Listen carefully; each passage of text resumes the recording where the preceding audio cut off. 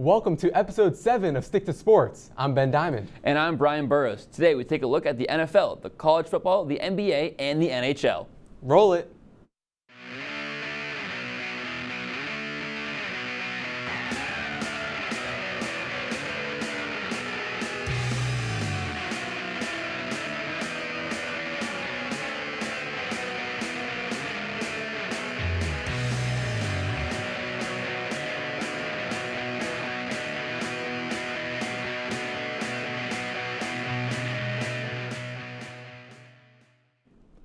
The Detroit Lions defeated the Los Angeles Chargers 41-38 in a game where both offenses were on full display. Ultimately, the Lions came out victorious as kicker Riley Patterson cashed in a 41-yard field goal to give the Lions the lead as time expired.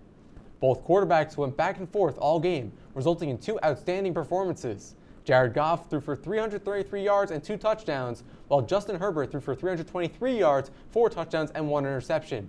Brian, this Lions team is now 7-2. Is this offense one of, if not the best in the NFL?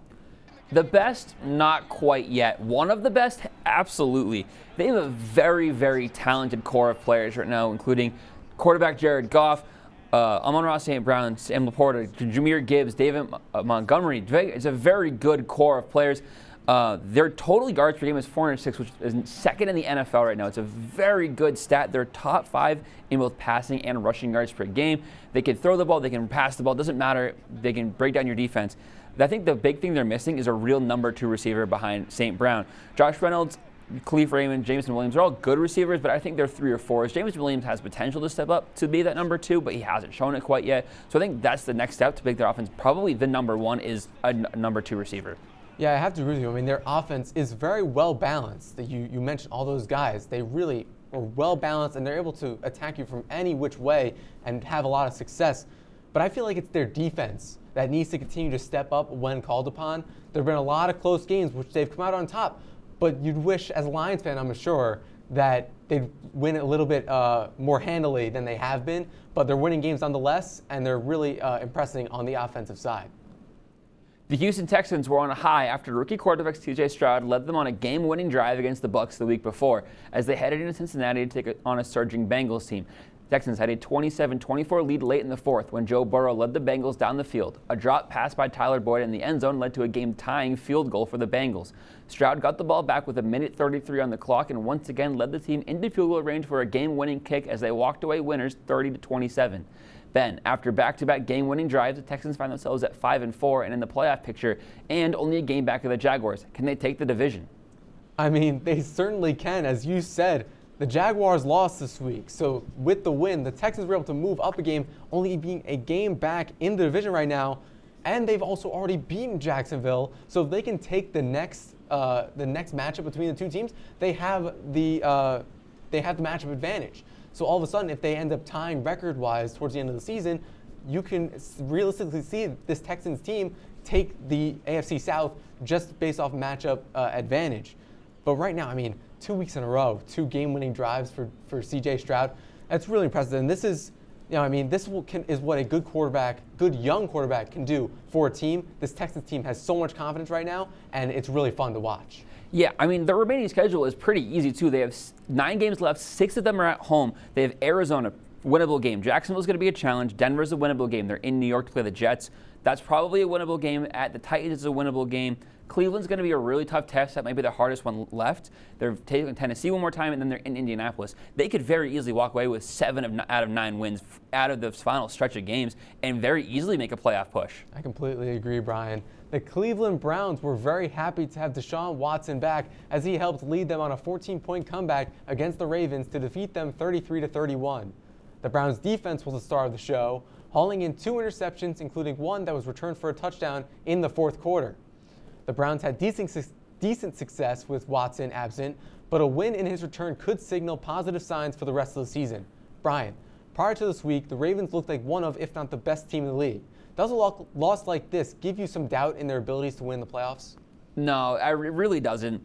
Division games are just different in the NFL. For some reason, teams play a lot harder. The division opponents just seem to play up to matchups. Doesn't matter who is playing. It could be the worst team in the league versus the best team in the league. It's always going to be a close matchup. So this one loss really doesn't do it for me. I mean, they killed Detroit and Seattle, two of the better teams in the NFL this year. And it was not even close in those games. It was like 30-point blowouts. So I'm like, one loss like this where Browns have a very, very good defense, game planned really well against the Ravens, not very concerning. The Ravens are a really good team, and to add to that, it doesn't seem like Marlon Humphrey went down with an injury. It doesn't seem like it's a very serious injury. He could be back as close as next week, so I'm not worried about that team at all. Yeah, it's really interesting. Just this Ravens team, they have looked really good, of course. I mean, but this Browns defense is really something to behold. But going back to the offensive side, they have their $200 million man back on the field. And even though they had a little bit of success, when P.J. Walker was in there at quarterback, I feel like a guy with the track record that Deshaun Watson had back in Houston, if he can get back to that form, he hasn't really looked at so far this season. If he can get back to that, this Browns offense got a lot scarier, especially paired with that defense. This Browns team could be scary down the stretch. Kyler Murray made his return to the football field for the first time in almost a year Sunday as the Cardinals took on the Falcons at home. Down 23-22 late in the fourth, Kyler drove the Cardinals down the field, and with some time wasting on the goal line, Matt Prater kicked the game-winning field goal as time expired to snap a 6-game losing streak. Murray threw for 249 yards and added 33 and a score with his legs. The Falcons committed to the ground game, rushing 41 times and passing only 21. Ben, the Cardinals are now 2-8, but have their star quarterback and starting running back in James Conner back on the field. Could they win their way out of a top 5 draft pick? I mean, I think it's a possibility. There's always that possibility, teams down towards the bottom of the ladder start to play spoiler against the really good teams. So that's certainly a possibility where they can, start to stack up wins all of a sudden in the second half of the season, and all of a sudden they're in the 10 to 15 range in draft pick. But I don't think they have the full culmination of talent on this roster to really put together a streak of wins. Like, getting Kyler Murray back is fantastic, and it's going to be huge for them. But ultimately, what it comes down to is team cohesion. And right now, I don't think that Cardinals team quite has it right now. So I still think while this win is a good sign for them, possibly for the future, I don't think they're going to go much farther than that. I mean, I think as far as draft order goes, there's 9 teams with 3 or less wins, and another 5 have 4 wins. 3 or 4 more wins could probably get them to the back end of the top 10. I mean, Panthers, Patriots, Bears, and Giants, probably all top 4 teams. They're really, really bad this year. Kyler could very easily lead them to at least 6 or 7 out of the top 5. I agree. We're going to take a quick break, and when we come back, we'll get into the college football, the NBA, and the NHL here on WTOP 10. Hey there, I'm Al Roker, class of 76. Yes, way back in 76. Back when the earth was cooling. You're watching WTOP.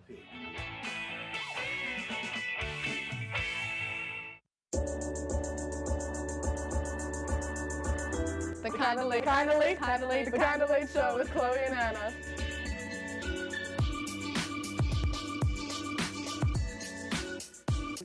Like licorice, Twizzlers, absolutely nasty.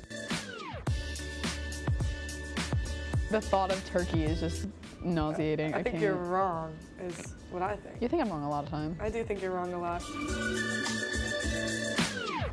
When you look at the number of disasters in the U.S., chances are every area will deal with some kind of emergency in the next decade. And between school, sports, and social lives, chances are you won't be with your kids when it happens. Will they know what to do? Ready.gov/kids has the educational tools and information to make the conversation easy. When the time comes, chances are they'll feel prepared, not scared. So talk with your family today.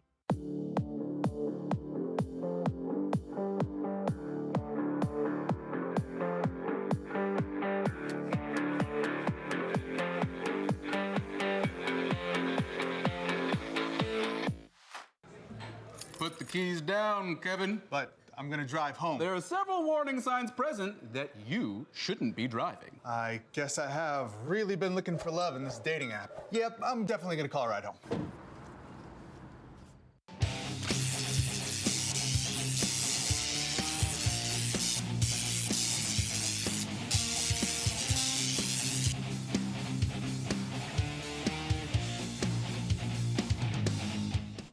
Welcome back to Stick to Sports. In the battle between two Heisman favorites, Bo Nix and Caleb Williams put on a show. Ultimately, the Oregon Ducks came out on top behind a 404 passing yard and 4 touchdown day from Nix, while Williams threw for 291 yards and 1 touchdown. Brian, USC has lost 4 of their last 5 games. Does USC's lack of success take Williams out of the Heisman race despite video game-like numbers?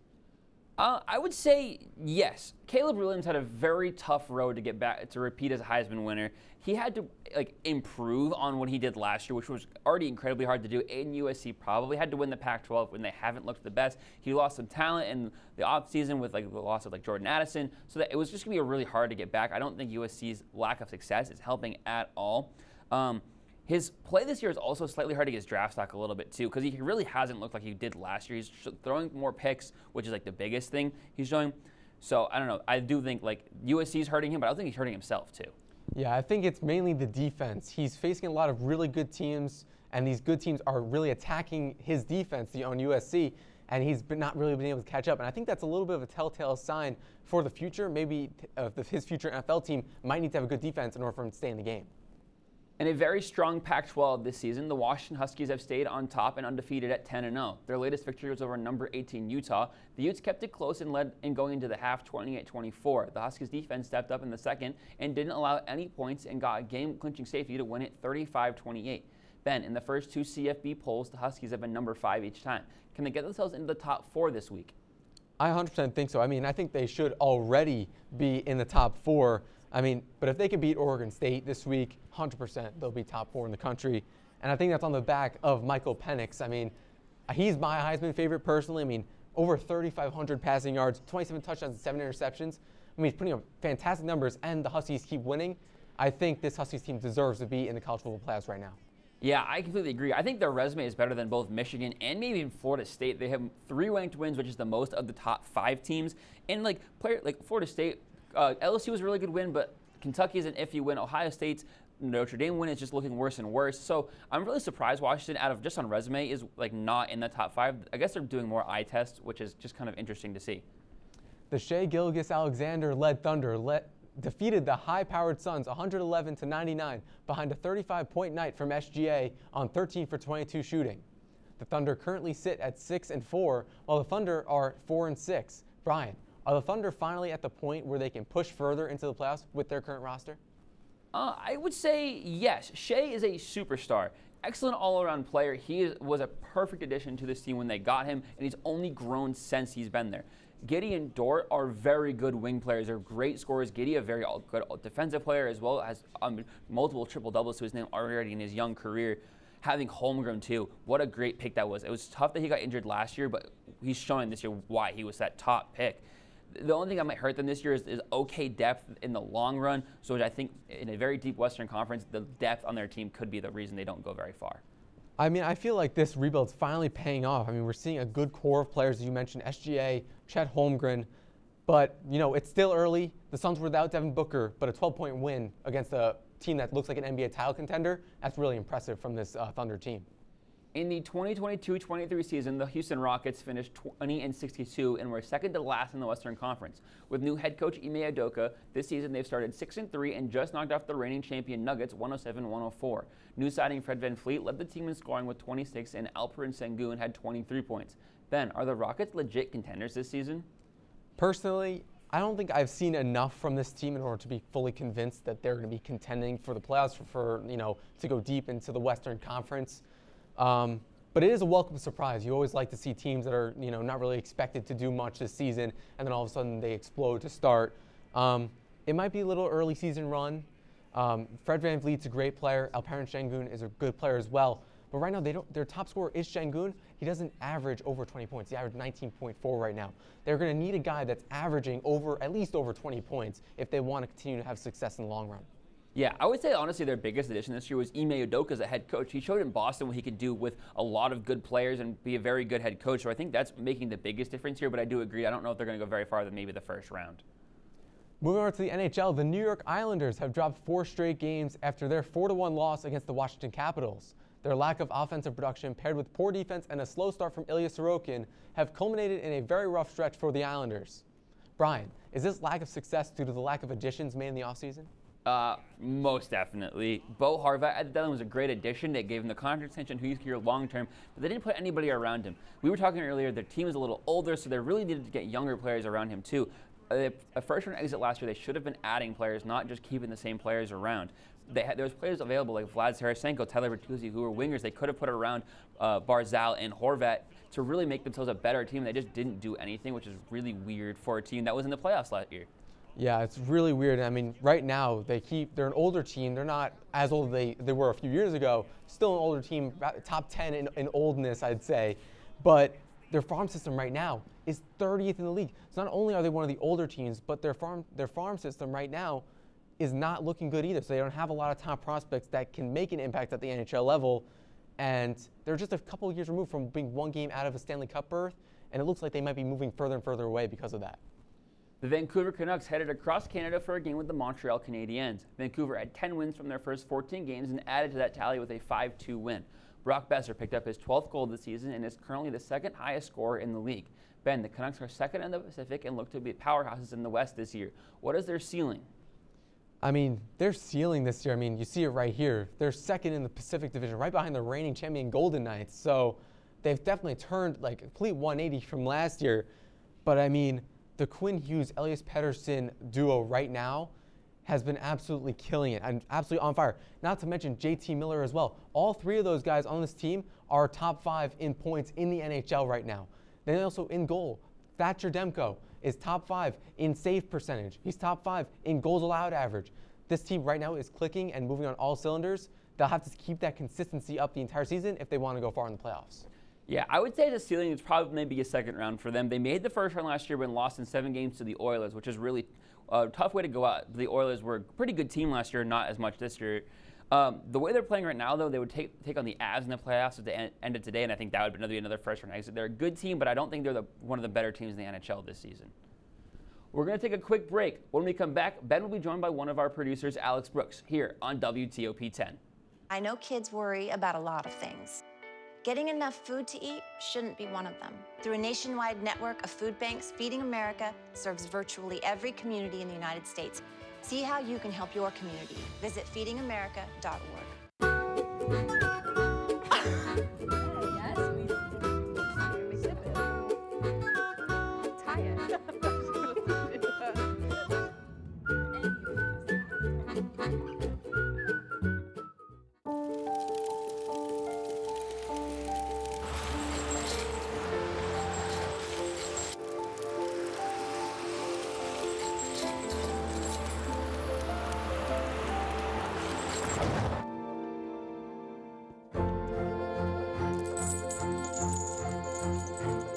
Did you know dragging chains can spark a wildfire?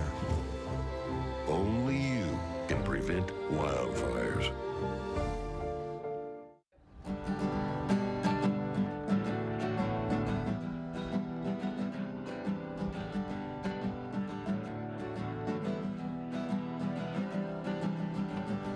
We're here for you, we're here for you. This is your channel 2.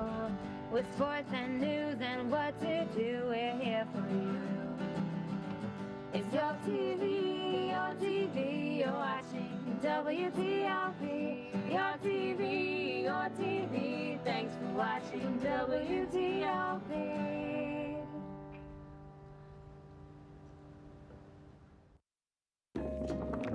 La la la la. Free. La la la la la la. La la la la. Freeze.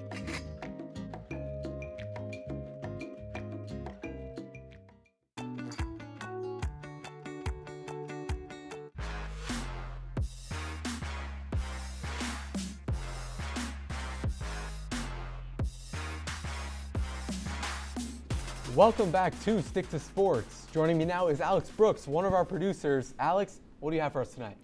Thanks, Ben. Believe it or not, we are almost 10 weeks down on the 2023 NFL season.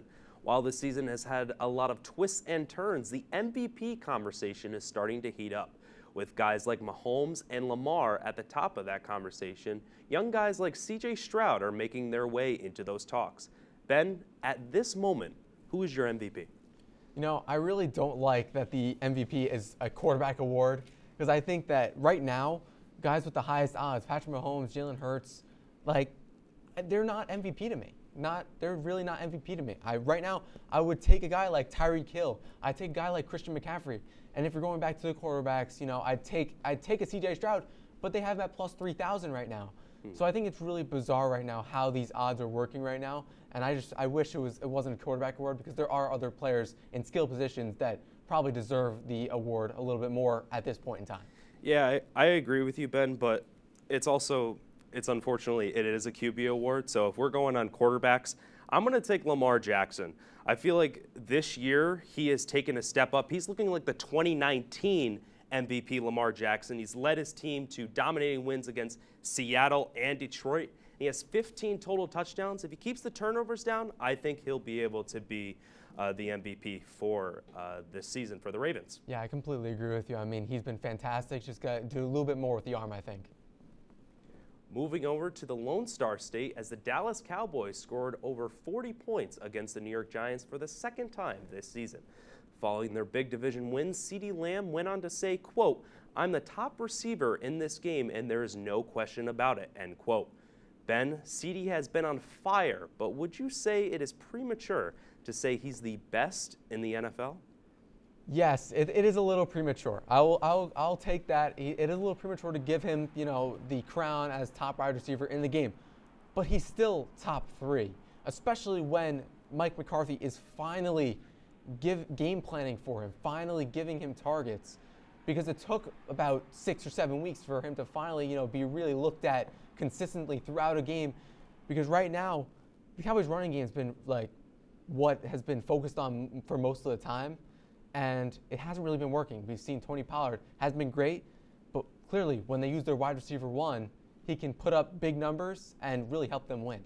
Yeah, you can make an argument that he is top 3, but he would be 3rd in that top 3. Definitely. I mean, there's A.J. Brown and Tyreek Hill who are just going insane right now. I know they were just on a bye week, but I would say I would take Keenan Allen over CeeDee Lamb right now, because Keenan Allen is just very consistent over these past years, and he's been dominating in the statistic department. The New York Yankees have made their first offseason addition with hiring their former minor league hitting coordinator, James Rosen, from the Detroit Tigers. The Yankees finished a disappointing 82-80 last season in 4th place in the AL East. Ben, I know that it's only November, but should this move give Yankee fans hope to turn it around in 2024? It's way too early to be able to tell whether this is a good or bad hire, whether this should give hope. I mean, sure, it could give hope because there's the surprise factor, there's the unknown factor that comes in with bringing in a new coach, a new hitting coach, especially after the hitting was so bad last season. We see right now, 29th in batting average, 29th in hits, 9th in home runs, but that's what they do. They're all or nothing. They're home run guys, and then 25th in runs. So we're scoring runs. If they could start scoring runs this next season, then this is a good hire. But right now, I mean, this is an Aaron Judge hire, I believe, because Judge has already worked under Rosen. So it's going to be very interesting to see how other players adapt to his methods. Yeah, and I understand that, but you can't only just focus on one guy for this. You have to make sure that if you're bringing someone in, you got to go back to the basics. You got to go back to small ball. You can't just do always home runs and focus on analytics. You got to go back to the basics and take advantage of the lefties in your hitter with that short porch. Yeah, 100% agree. I mean, this Yankees team needs to improve in a lot of factors on the offense. We're going to take a quick break here on Stick to Sports. Thanks once again to Alex for the fast break. And when we come back, Brian, Alex, and I will head into extra innings. Don't go anywhere. You're watching Stick to Sports on WTOP 10. And it could be your last chance to see one occur for 2 decades, as the next time one will be visible over the continental U.S. He's May 84. Yarrow told police in the hospital that he had pressed the doorbell and waited. They mix with oxygen and nitrogen and become briefly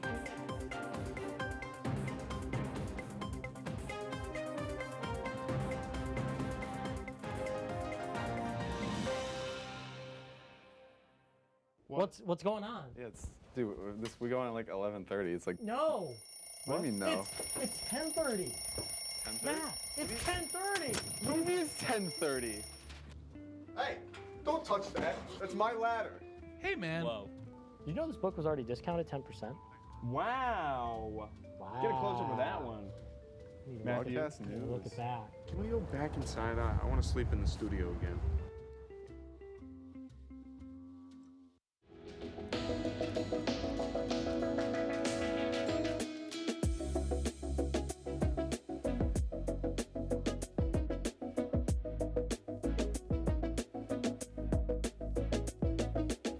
When I was in foster care, I never knew when I would have to move, so I always had my suitcase ready to go. Then one day, I was adopted. My new parents opened their hearts and home to me. My parents cook my favorite breakfast for me every morning. My parents take me on trips I never thought I would go on. They gave me a home and an even better reason to use that suitcase. My parents aren't perfect, but they're perfect for me.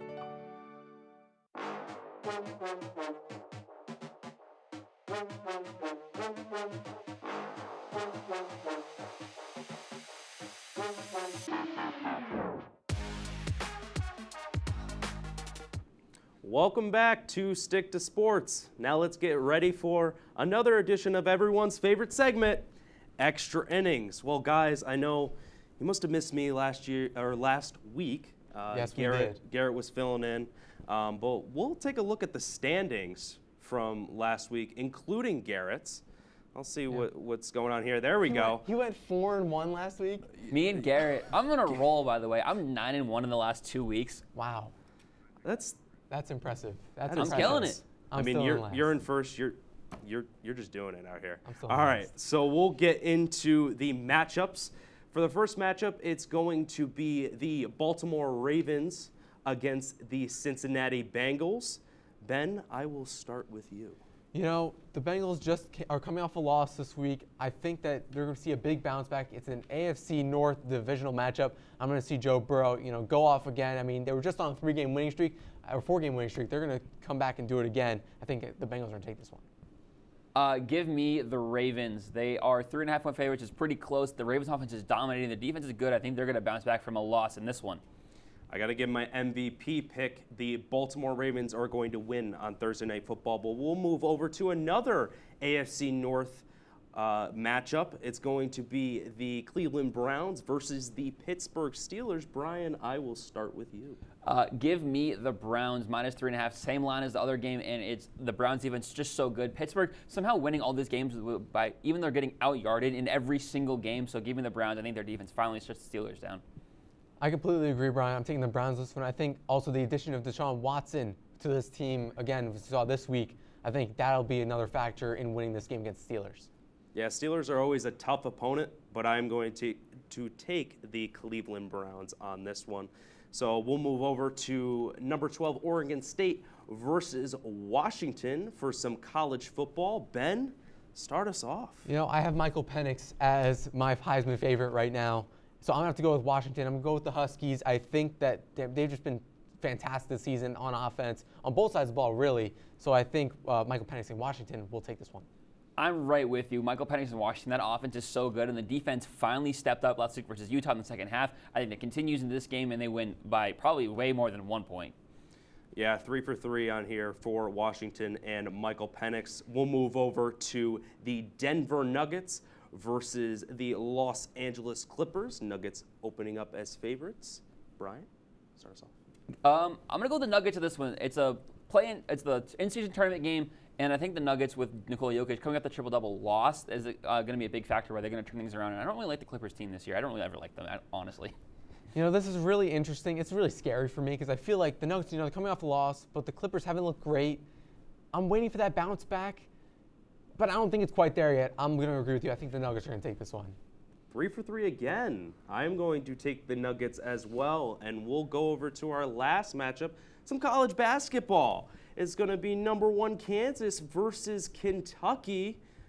Ben, who you got in this one? It's really easy to pick the number 1 seed or the number 1 team, number 1 ranked team. There's no seeds yet. It's not March. But right now, I mean, this Kansas team, they look good. They look good consistently. I think they're just the better team right now. I'm going to take Kansas.